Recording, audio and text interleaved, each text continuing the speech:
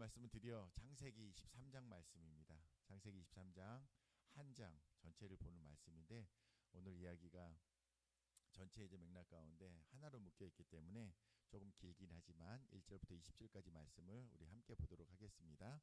한 절씩 저와 여러분이 교독하도록 하겠습니다. 사라가 127세를 살았으니 이것이 곧 사라가 누린 햇수라.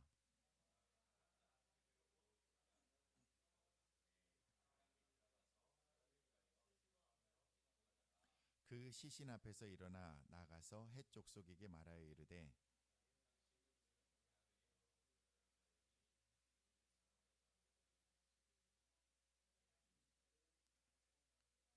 장사하게 하시오.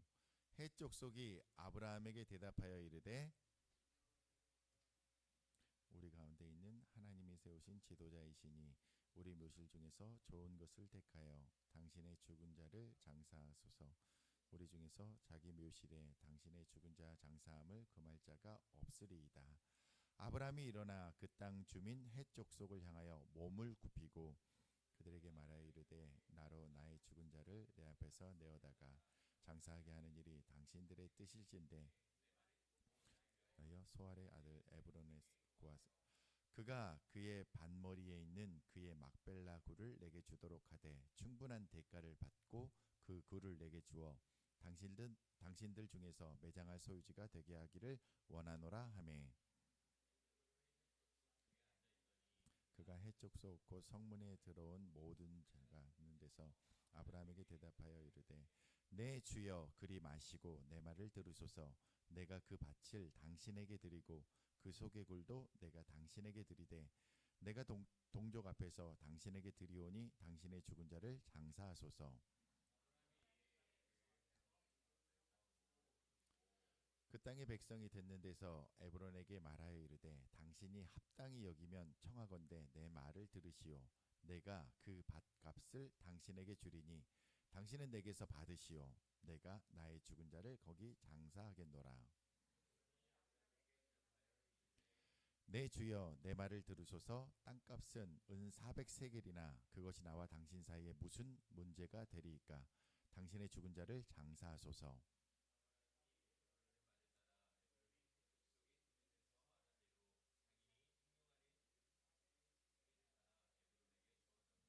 마므리 앞 막벨라에 있는 에브론의 밭 곧 그 밭과 거기에 속한 굴과 그 밭과 그 주위에 둘린 모든 나무가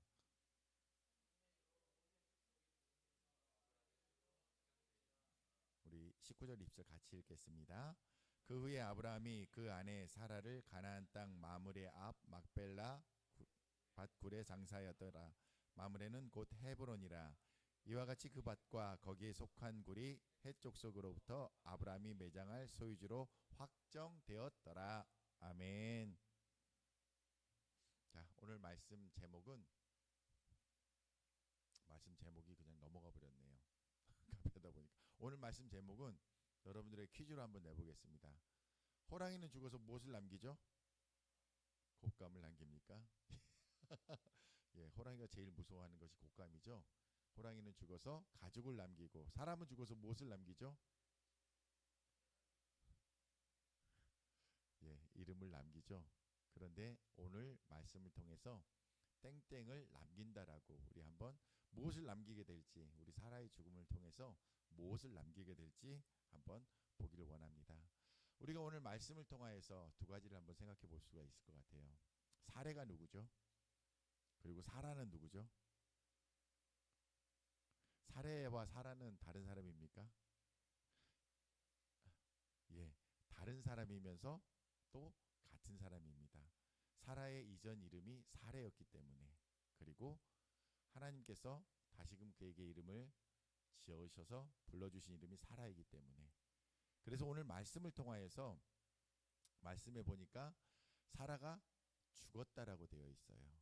그래서 127년에 그의 인생을 돌아보면서 사례로서의 삶으로 한번 우리가 보고 그리고 하나님을 만난 후 사라로서의 이름으로서 한번 이 인생을 살펴보기를 원합니다. 그래서 사례의 죽음과 사라의 죽음이라고 이렇게 첫 번째 주제를 잡아보았습니다. 오늘 말씀을 한번 같이 읽겠습니다. 23장 1절과 2절 말씀입니다. 같이 읽겠습니다. 사라가 127세를 살았으니 이것이 곧 사라가 누린 햇수라.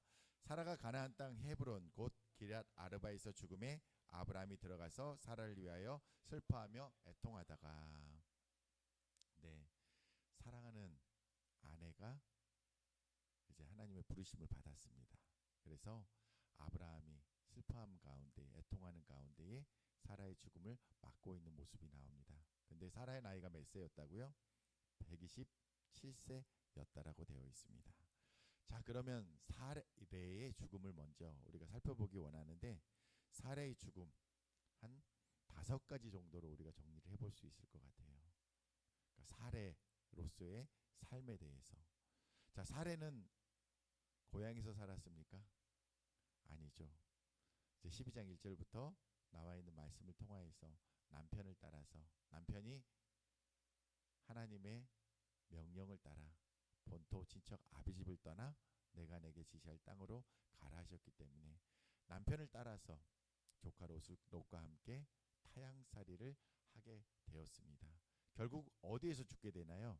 고향에서 죽게 되나요?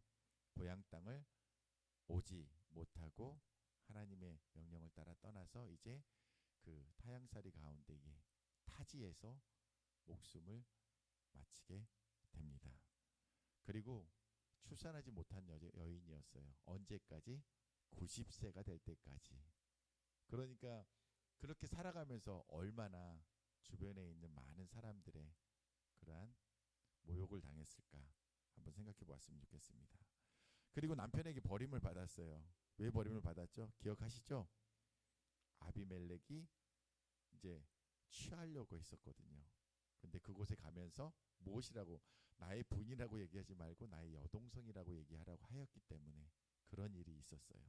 그러니까 남편을 남편이라고 부르지 못하는 안타까운 상황 가운데에 큰 일을 당할 뻔하게 되는 그러한 상황도 있었습니다.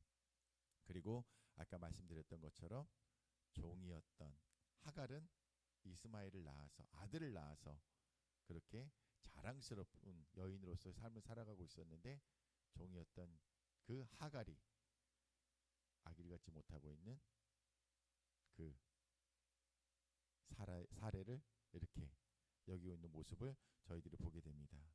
그리고 오늘 127세로 죽으면서 하나님의 성취, 가나안 땅을, 약속의 땅을 주시겠다 하신 그 부분을 갖다가 보지 못하고 죽음 가운데 이르게 되거든요. 이러한 이제 사례로서의 삶을 우리가 이제 볼 수가 있습니다. 아마 세상의 눈으로, 세상의 관점으로 보았을 때는 사례는 별로 행복하지 못한 삶을 살았다라고, 정말 그의 삶이 고행이었다라고 그렇게 여길 수 있을 것 같아요. 그런데 제가 어저께 밴드에 올렸던 것처럼 우리의 삶은 예수님을 만나기 전에는 정말 불교에서 얘기하는 고행하는 삶일 것 같아요. 고생하는, 고통만으로 있는 그런 삶이었을 것인데, 예수님을 만나고 나서 어떤 삶으로 된다라고요? 희행이, 기쁘리, 기쁜 삶이 된다라는 것이거든요. 그런데 오늘 말씀을 통하여서 사라의 죽음의 측면에서 보게 되었을 때는 사라에게 어떤 부분들이 있느냐? 하나님 안에서의 많은 축복들이 주어졌다라는 것입니다. 자, 첫 번째로 보니까 본토 친척 아비집을 떠나는 동일한 삶이었어요. 그 나그네의 삶을 살아가게 됩니다. 남편을 따라서. 그런데 그 가운데에 사라가 하나님과 하나님의 천사를 직접 대면하는 그러한 축복을 누리게 됩니다. 그리고 또 무엇입니까? 아들에 대한 약속을 하나님으로부터 받게 됩니다. 그리고 하나님께서 이름까지 바꿔주십니다. 어떤 이름의 뜻을 갖게 됩니까? 열국의 어머니라는 그러한 이름을 부여받게 됩니다. 그리고 하나님의 보호하심을 받게 됩니다. 누구로부터? 아비멜렉의 가족으로부터. 그 가족으로부터, 그 가족에게 어떤 일이 있었습니까? 잉태하지 못하게 하는 그러한 질병으로 있게 되고, 그래서 어떤 상황에 있어서도 사라를 취하지 못하는 그런 상황으로 하나님께서 막아버리셨다라고 우리가 말씀 가운데 나누었었습니다. 왜? 누구를 보호하기 위해서? 약속의 자녀를 잉태하는 사라를 보호하기 위해서 사전에 하나님께서 그 모든 것들을 갖다가 끊어 버리셨다라고 말씀했습니다. 그리고 어떻게 약속대로 90세에 좀 늦긴 했지만 늦은 감이 있지만 잉태할 가능성이 없던 그 상황 가운데서 하나님께서는 그 약속을 신실하게 이루어 주셔서 약속의 자녀였던 이삭을 낳았다라는, 그래서 웃음으로 기쁨으로 그 삶이 바뀌었다라고 말씀을 드렸습니다. 그리고 하나님의 약속의 성취가 되는 통로로 오늘 말씀에 쓰임 받고 있는 거예요. 사라의 죽음이 왜 중요하냐면 사라의 죽음을 통해서 하나님께서 약속하셨던 가나안 땅, 약속의 땅을 취하는 그 거래가 이루어지기 때문에 사라의 죽음이 오늘 한 장에 걸쳐서 그리고 그 매장지를 얻게 되는 그 부동산 거래가 이루어지는 모습을 이렇게 길게 기록을 하고 있습니다. 그런데 사라가 그것을 보았나요? 못 보았나요? 못 보았습니다. 그는 다만 나그네 길을 살다가 그 약속의 땅에서 죽음을 맞이했습니다. 하지만 그 죽음의 결과로 그 후에 하나님의 약속이 이루어지는 것을 저희들 가운데에 보여주고 있다라는 것입니다. 자, 그런데 그 남편 아브라함의 삶이 그 나그네의 삶 가운데서 어떤 삶이었느냐라는 것을 살펴보는 것이 저희들에게 또 유익이 될 것 같습니다. 23장 3절에서 4절까지의 말씀 우리 같이 읽어볼까요? 시작. 그 시신 앞에서 일어나 나가서 해 족속에게 말하여 이르되 나는 당신들 중에 나그네여 거류하는 자이니 당신들 중에서 내게 매장할 소유지를 주어 내가 나의 죽은 자를 내 앞에서 내어다가 장사하게 하시오. 아멘. 지금까지 여러분들이 보셨던 말씀 가운데에 이제는 땅을 소유할 필요가 생겼던 거예요.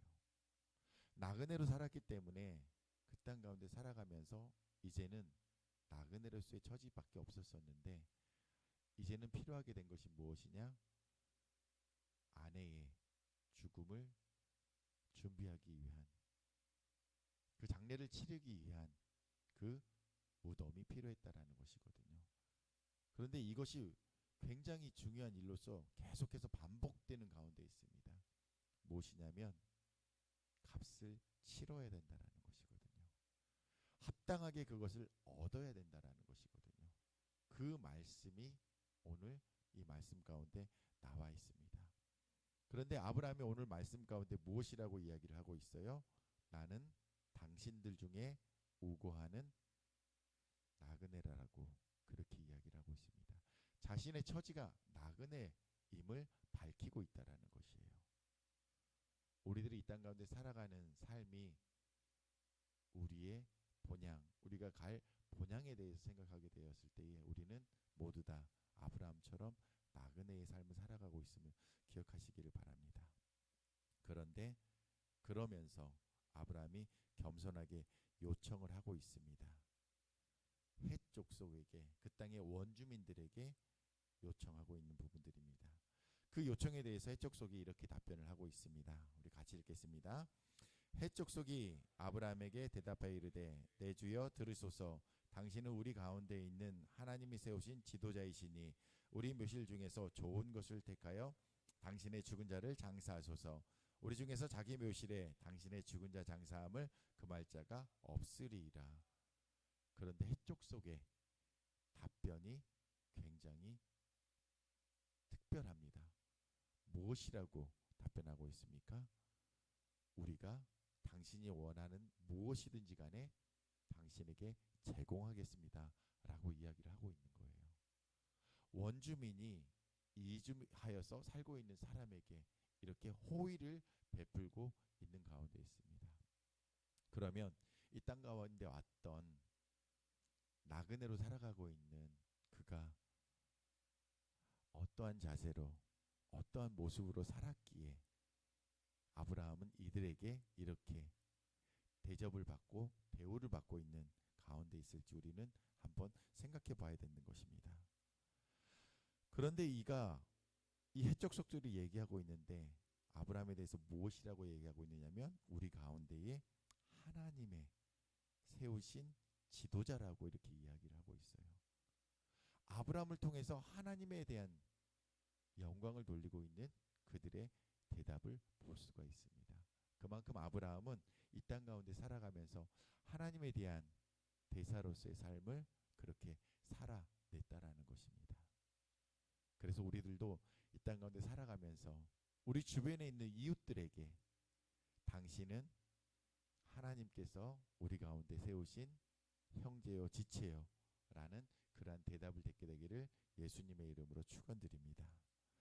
그러면서 우리 묘실 중에서 좋은 것을 택하여 당신의 죽은 자를 장사하소서 하면서 그 당시 때 중동에서는 누군가를 위해서 죽을 사람을 위해서 무덤을 예비하는 그런 부분들이 있었습니다. 그래서 이미 이제 그런 것들 중에서 가장 좋은 것들 중에서 당신이 선택만 하면 그것을 우리가 기꺼이 당신에게 양도하겠습니다라는 그러한 답변을 하고 있는 것입니다. 그리고 우리 중에서 자기 묘실에 당신의 죽은 자를 장사할 것을 금할 자가 없을 정도로 당신은 우리 가운데 유력한 자여 존귀한 자라는 그러한 표현을 하고 있는 것입니다. 우리 모두도 그러한 삶을 살게 되시기를 예수님의 이름으로 다시 한번 축원드립니다. 자, 그런데 아브라함이 다시 한번 답변을 하고 있습니다. 재밌는 답변을 하고 있는데 이제 누군가를 정하게 됩니다. 그곳이 적당했던 것 같아요. 이미 생각해 두었던 것이었던 것 같습니다. 우리 23장 7절부터 같이 읽겠습니다. 시작. 아브라함이 일어나 그 땅 주민 헷 족속을 향하여 몸을 굽히고 그들에게 말하여 이르되 나로 나의 죽은 자를 내 앞에 내어다가 장사하게 하는 일이 당신들의 뜻일진데 내 말을 듣고 나를 위하여 소알의 아들 에브론에게 구하여 그가 그의 밭머리에 있는 그의 막벨라굴을 내게 주도록 하되 충분한 대가를 받고 그 굴을 내게 주어 당신들 중에서 매장할 소유주가 되게 하기를 원하노라 하매. 에브론이라는 인물이 나오고 있어요. 햇사람인데 근데 그와 합당한 거래를 하고자 그를 이전부터 아브라함은 생각하고 있었던 것 같아요. 막벨라굴 또한. 그런데 아브라함이 다시 한번 몸을 굽혔다라고 표현하고 있습니다. 이 몸을 굽혔다라는 표현은 우리가 예배할 때에 우리가 엎드려 예배한다라는 그런 표현처럼 몸을 굽혀서 자신의 최대한 겸손함을 표현하는 그러한 표현이라고 합니다. 그만큼 아브라함은 이 햇사람들을 존중하고 그들과의 이 거래 가운데에서 굉장히 낮은 위치 가운데에서 지금 하고 있는 모습입니다. 그래서 저희들은 이 겸손한 모습을 다시 한번 보기를 원합니다. 그리고 한 가지 더 우리가 여기에서 이제 기억해야 될 부분이 있어요. 아브라함이 햇사람들에게 계속해서 이야기를 하고 있는 부분들이 무엇이냐면 충분한 대가, 값을 치르고서 그 땅을 내가 얻겠다라고 얘기를 하고 있어요. 그런데 햇사람들 계속 뭐라고 하고 있어요? 그럴 필요 없다고, 우리는 거저 줄 수 있다라고 계속 얘기하는데도 불구하고 오늘 말씀에서 다시 한번 충분한 대가를 지불하고 에브론의 막벨라굴을 우리가 취할 수 있게 해달라고 그렇게 요청하고 있다라는 겁니다. 왜 그런지 우리가 말씀을 통해서 계속해서 나가기 원합니다. 이제 에브론이 이제 등장했기 때문에 에브론이 답을 하게 됩니다. 자, 23장 10절 말씀부터 우리 같이 읽겠습니다. 시작. 에브론이 헷족속 중에 앉아 있더니 그가 헷족속 곧 성문에 들어온 모든 자가 듣는 데서 아브라함에게 대답하여 이르되 내 주여 그리 마시고 내 말을 들으소서. 내가 내 밭을 당신에게 드리고 그 속의 굴도 내가 당신에게 드리되 내가 내 동족 앞에서 당신에게 드리오니 당신의 죽은 자를 장사하소서. 계속 지금 이제 이 티키타카가 되고 있죠. 에브론이 뭐라고 합니까? 에브론도 해족속이기 때문에 기꺼이 나도 당신에게 드릴 수 있습니다 라고 얘기하면서 받으세요 라고 하고 있는 거예요. 이쯤 되면 우리 좀 받아도 되지 않을까요? 기꺼이 그냥 아우 감사합니다 지금 하면서 모든 유력한 사람들이 그 광장 앞에서 그 성문 앞에서 이렇게 얘기하고 당사자 또한 여기서 기꺼이 제가 줄 수 있습니다라고 이야기를 하고 있는데 왜 아브라함은 받지 않고 있을까요? 왜 받지 않고 있을까요? 이것이 오늘의 질문입니다. 자, 아브라함이 또 대답을 합니다. 우리 같이 읽겠습니다. 시작. 아브라함이 이에 그 땅의 백성 앞에서 몸을 굽히고 그 땅의 백성이 듣는 데서 에브론에게 말하여 이르되 당신이 합당히 여기면 청하건대 내 말을 들으시오. 내가 밥값을 당신에게 주리니 당신은 내게서 받으시오. 내가 나의 죽은 자를 거기 장사하겠노라. 다시 한번 몸을 굽혀서 겸손하다 요청하고 있는 가운데 있습니다. 제발 좀 제가 이것을 값을 주고 살 수 있게 해달라고. 여러분 궁금해지지 않으세요? 저는 이 말씀을 준비하면서 왜 이렇게 자꾸 티키타카를 하고 있지? 그런데 그 밭값을 당신에게 꼭 지불해야만 되겠다라고 아브라함은 계속해서 이야기를 하고 있습니다. 이게 굉장히 중요한 복음의 메시지이더라고요. 하나님께서 이 아브라함을 통하여서 이 사라의 죽음과 이 가나안 땅이 왜 연결되어야 되는지, 그리고 그 값이 치러져야만 되는지에 대해서 명확하게 우리에게 말씀해 주시고자 계속해서 반복되는 티키타카를 지금 넣어두고 계신다라는 것입니다. 자, 에브론이 대답을 합니다. 23장 14절 말씀 같이 읽겠습니다. 에브론이 아브라함에게 대답하여 이르되 내 주여 내 말을 들으소서. 땅값은 은 400세갈이나 그것이 나와 당신 사이에 무슨 문제가 되리이까? 당신의 죽은 자를 장사하소서.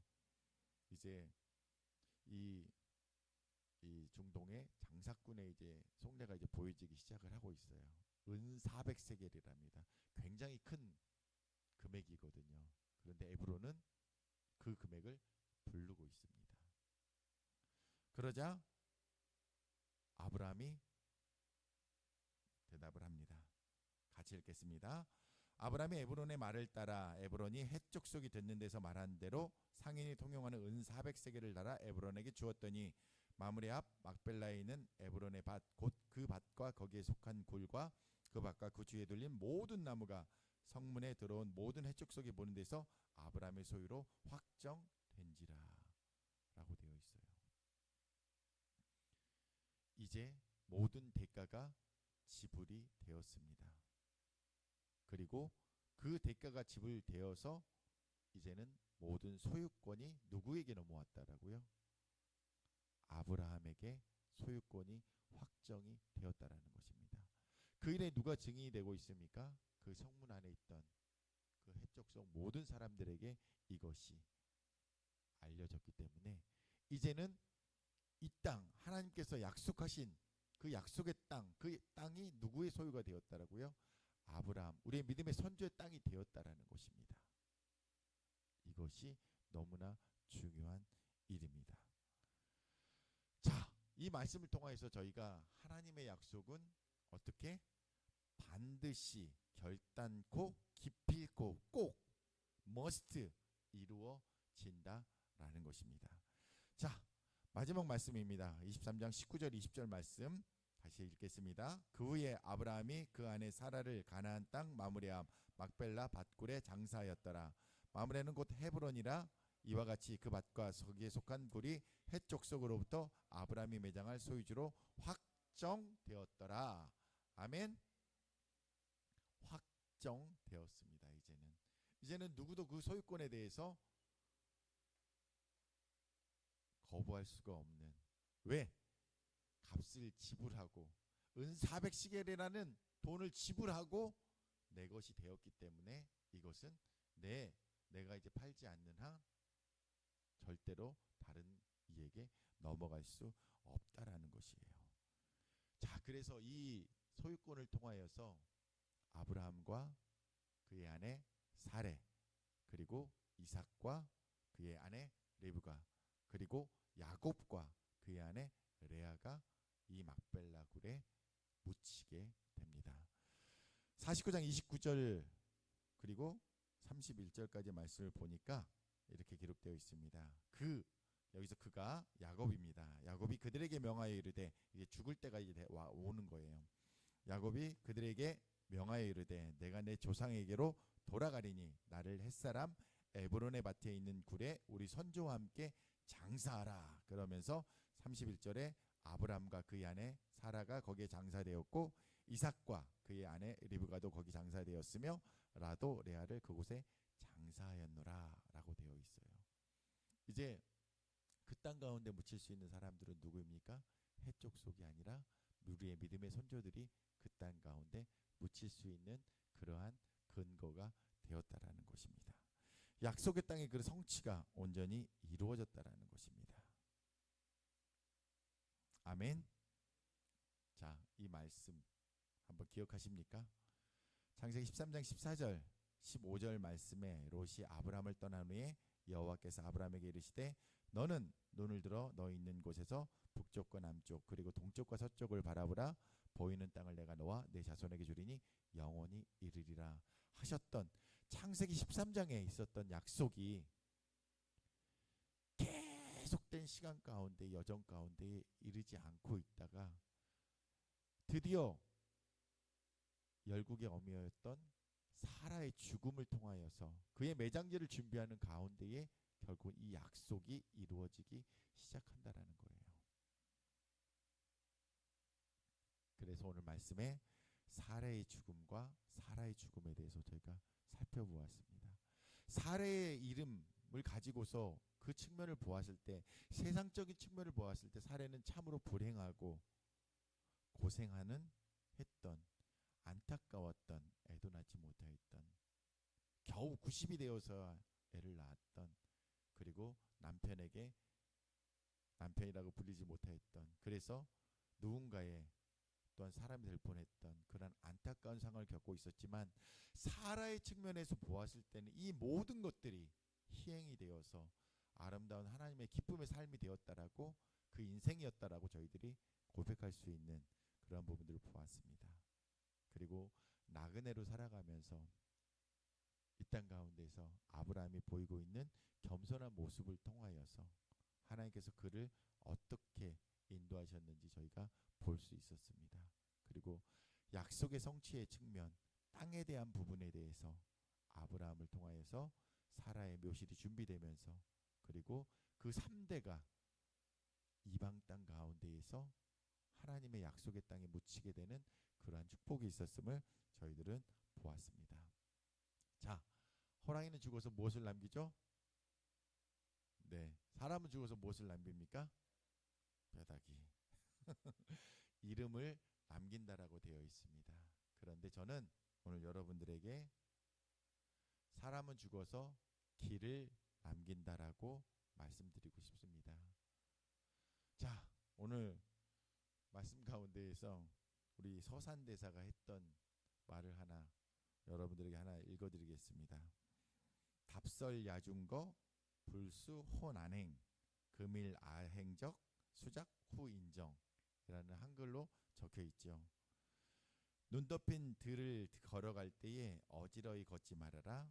오늘 걸은 내 발자국이 뒷사람의 이정표가 된다라고 되어 있습니다.